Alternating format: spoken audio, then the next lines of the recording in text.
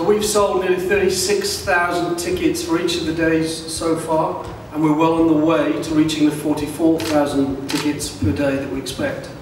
So there's been a fantastic uptake. There's a real enthusiasm. Ticket revenue has reached over $3 million already, and this is on track to be the most successful rugby league event in New Zealand's history. Boys, your duty to unveil the trophy for our first year.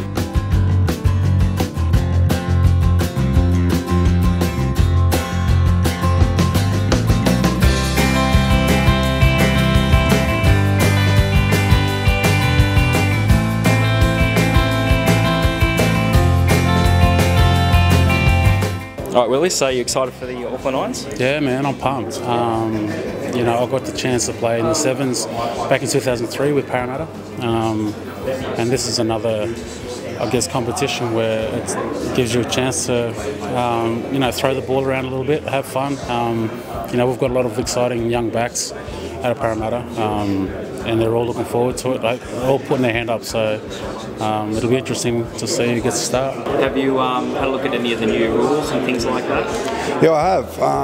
You know, one of the things that stands out to me is the golden try rule. I think, I hope we get to see it a few times throughout the tournament, because it's a rule that I think could work in the NRL. It could work in the full format of the game, and you know, hopefully it gets a good trial run, and you can see if it's going to work, because you know, it is a field goal-a-thon in the extra times in the NRL, and no one likes to see that. It's not a rugby league spectacle. It looks pretty much like a game of rugby, which everyone follows rugby league because it's exciting.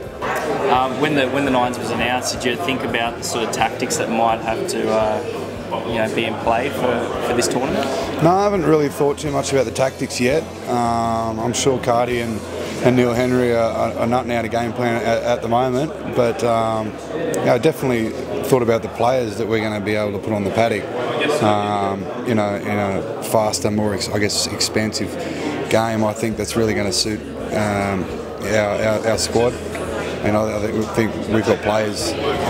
We've got a combination of players with size and speed, with Dave Taylor and Jamal Idris, and then you've got two of the fastest wingers in the game, and one of the most exciting halves in the game, Albert Kelly. So I think we'll be there at the end of the tournament. And being a back or a half, I should say, you know, you must be looking forward to running through a few holes. Yeah, it is. Yeah, it is.